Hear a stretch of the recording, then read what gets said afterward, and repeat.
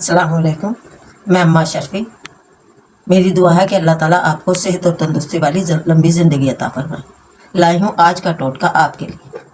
आज का टोटका है उन ख़वातीन के लिए जिनके बच्चेदानी में अंडे नहीं बनते हैं और वो बे औलाद होती हैं और उनको इस चीज़ की बहुत ज़्यादा परेशानी होती है।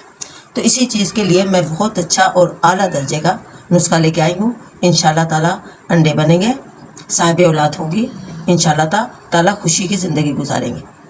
तो आज का टोटका है कि आप ऐसी जो भी ख़वातीन हैं या जो भी मतलब शादीशुदा जोड़ा है, वो जो है शादी 1 साल हुआ, 2 साल, 3 साल, 4 साल या 8 साल या 10 साल जो भी है, अंडों का मसला है, तो उनको ज़्यादातर अंडे इस्तेमाल करने चाहिए, यानी खाने के लिए ज़्यादा से ज़्यादा।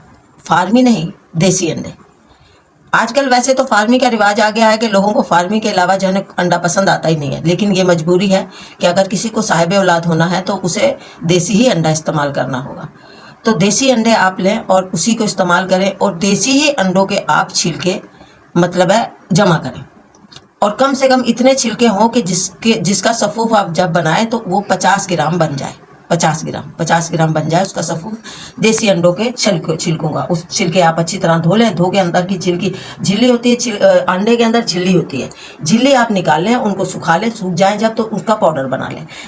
और 100 ग्राम शहद, कोशिश करिएगा कि शहद छोटी मक्खी का हो तो बहुत ही अच्छी बात है, बहुत अच्छा है। और उस सफ़ूफ को जो आपने सफ़ूफ मतलब है जो बनाया अंडों के छिलकों का, उसको बिल्कुल बारीक कर लें और बारीक करके उसको छान लें। छान के उसको उस शहद के अंदर मिक्स कर दें। 100 ग्राम शहद, 50 ग्राम अंडों के छिलके, उसके अंदर उसके अंडों मतलब है छिलकों को, सफ़ूफ को आप मिक्स कर लें शहद में।